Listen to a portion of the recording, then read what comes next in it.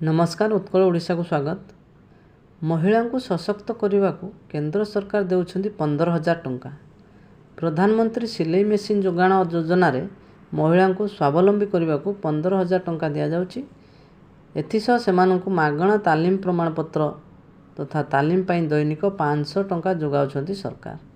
महिला विकास रे समाज तथा राष्ट्र विकास यह बुझीची मोदी सरकार।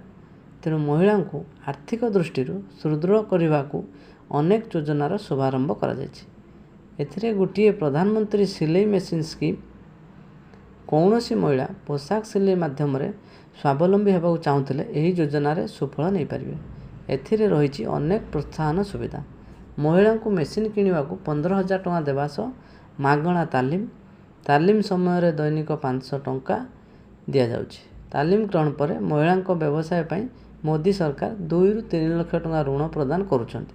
तेणु महिला माने यही योजन सामिल होई निजको आर्थिक रूपे सुदृढ़ करने सह निज परिवार तथा देश विकास दिगरे भागीदारी होई पारिबे।